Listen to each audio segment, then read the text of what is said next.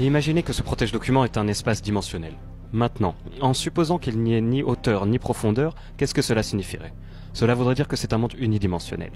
Alors, éventuellement, si un organisme vivait dedans, il lui serait seulement possible de se mouvoir selon une trajectoire linéaire en avant et arrière. Maintenant, si l'on va dans la seconde dimension, on a deux dimensions. On a la longueur et la largeur. Donc hypothétiquement, si un organisme vivait à l'intérieur, alors il pourrait bouger tant haut, bas, gauche ou droite et n'importe où entre. Et un monde bidimensionnel est composé d'une série infinie de mondes unidimensionnels empilés les uns sur les autres. Tout comme notre monde en 3 dimensions qui a largeur et longueur et hauteur, est composé d'une série infinie de mondes en 2 dimensions. Alors, là maintenant que j'ai emboîté plusieurs dossiers ensemble, l'on a 3 dimensions. On a profondeur, on a longueur et on a largeur. À présent, que se passe-t-il si vous continuez à partir d'ici? Nous aurions un monde en 4 dimensions. Qu'est-ce qu'exactement qu'une 4e dimension?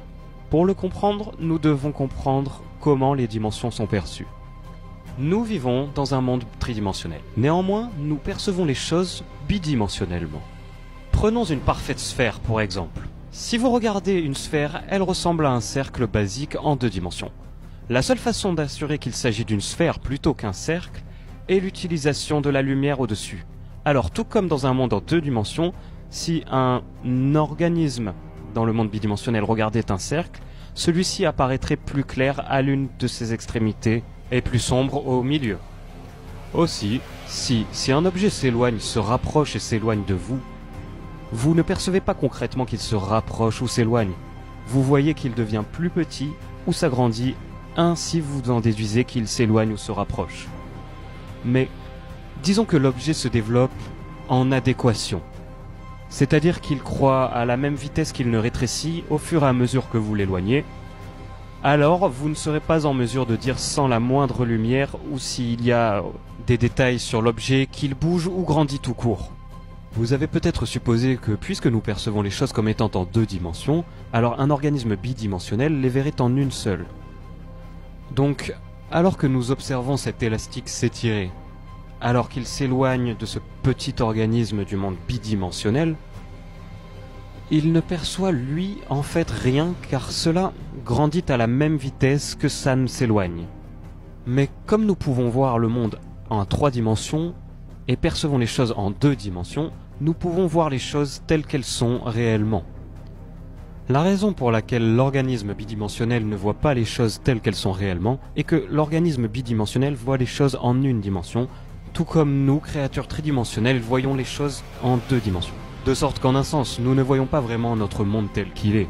Si une créature quadridimensionnelle, en revanche, voyait notre monde en 3 dimensions, il serait capable de voir à travers les choses, serait en mesure de voir absolument tout comme nous pourrions voir s'il y avait plusieurs organismes répartis au sein d'un environnement bidimensionnel.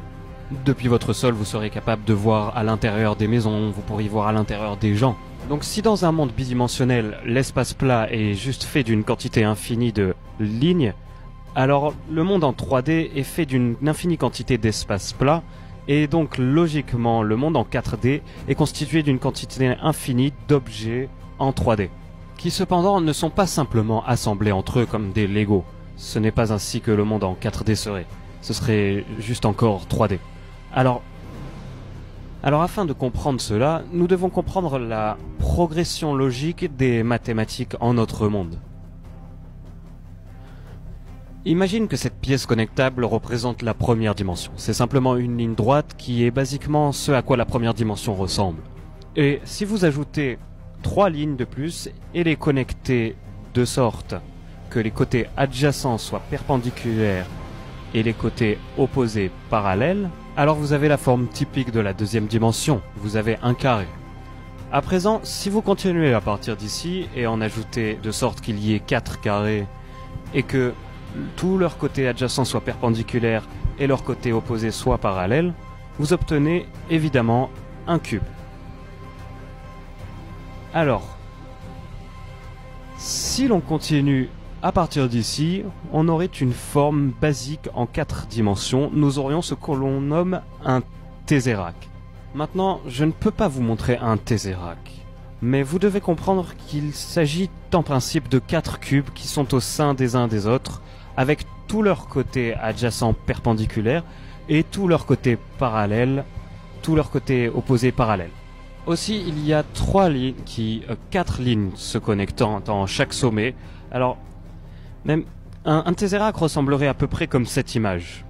Maintenant, sachez que ce n'est pas cela à quoi ressemble exactement, car cela est une illustration en 2 dimensions, et évidemment, toutes les lignes ne sont pas droites. Alors, je ne peux pas vous montrer à quoi ressemble un tesseract, parce que nous ne pouvons percevoir les choses dans la 3e dimension. Vous ne pouvez même pas imaginer de quoi a l'air un tesseract. Vous ne pouvez pas physiquement, vous ne pouvez pas dans votre esprit visualiser la 4e dimension, ou une forme en 4 dimensions. Et l'on peut continuer jusqu'à la 5e dimension, la 6e dimension, même la 71e dimension, qu'importe. Théoriquement, il y a une infinie quantité de dimensions spatiales. Une fausse idée courante sur la 4e dimension est que celle-ci soit le temps. Alors, certains soutiennent qu'en avançant et en reculant dans le temps, que si vous avancez de la même distance et reculez de la même distance, alors vous finirez au même endroit où vous avez commencé, tout comme dans la 4e dimension. Et bien que cela puisse sembler logique, en y réfléchissant, cela ne fait pas sens. Si vous considérez que la 4e dimension soit le temps, eh bien, premièrement, le temps n'est pas spatial, et il y a une différence entre l'espace et le temps. Et en admettant que toutes les dimensions soient en accord avec un système, bien, cela ne fait pas non plus vraiment sens, car de dire que la 4e dimension est le temps, toutes les dimensions incluent le temps, alors cela voudrait dire que la 4e dimension est spéciale en un sens, ce qui ne fait pas non plus réellement sens. Et une autre raison qui fait que ceci n'a pas de sens est que nous voyageons toujours très légèrement dans le temps à chaque fois que nous bougeons à cause de la distance nécessaire à la lumière pour atteindre nos corps. Si un groupe d'astronautes devait monter dans un vaisseau spécial et qu'ils avançaient à une vitesse vraiment proche de celle de la lumière, alors, puis qu'ils se déplaceraient à cette allure impossible, presque celle de la lumière, durant quelques mois, et ce après quoi ils reviendraient sur Terre, ils découvriraient que la Terre aurait en fait traversé quelques années. Ils auraient avancé dans le temps en se déplaçant aussi rapidement. Un autre concept intéressant englobant la 4e dimension est que beaucoup de physiciens, mais même des mathématiciens, tentent à dire que les dimensions soient très légèrement courbées, parce que si l'on y pense réellement, rien ne peut être absolument infini. Donc imaginez que la première dimension, la ligne, est simplement très légèrement courbée, si bien qu'après très longtemps, elle finira par créer un cercle. Ainsi, comme suggéré par beaucoup de physiciens, si vous continuez à aller dans la même direction, alors vous finirez là où vous êtes parti, au départ, après une très longue période évidemment. Et la même chose s'appliquerait à la 2e dimension. Si c'est un simple carré que vous étendez, alors ce courbant, il finira petit à petit par former une sphère. Et la même chose se produit dans notre dimension. Dans ce cas, cela formerait une 3e dimension très légèrement courbée, qui formerait un univers quadridimensionnel, en somme. En quelque sorte, ce que cela signifie, c'est que notre monde tridimensionnel est au sein d'un monde quadridimensionnel, qui lui-même est à l'intérieur d'un monde à 5 dimensions, et ainsi de suite. Maintenant, j'ai dit que rien ne peut être réellement infini, mais si il est vrai qu'une dimension est vraiment à l'intérieur d'une autre dimension, à l'intérieur d'une autre dimension, à l'intérieur d'une autre dimension, alors je sous-entends l'existence d'une quantité infinie de dimensions, ce qui est vraiment le seul problème que j'ai réellement avec cette histoire. Je ne suis pas certain qu'elle ne s'arrête ou que l'infini soit réellement possible. Nous ignorons cela. Merci d'avoir regardé ma vidéo et j'espère qu'elle vous apporte une meilleure notion de ce qu'est la 4e dimension.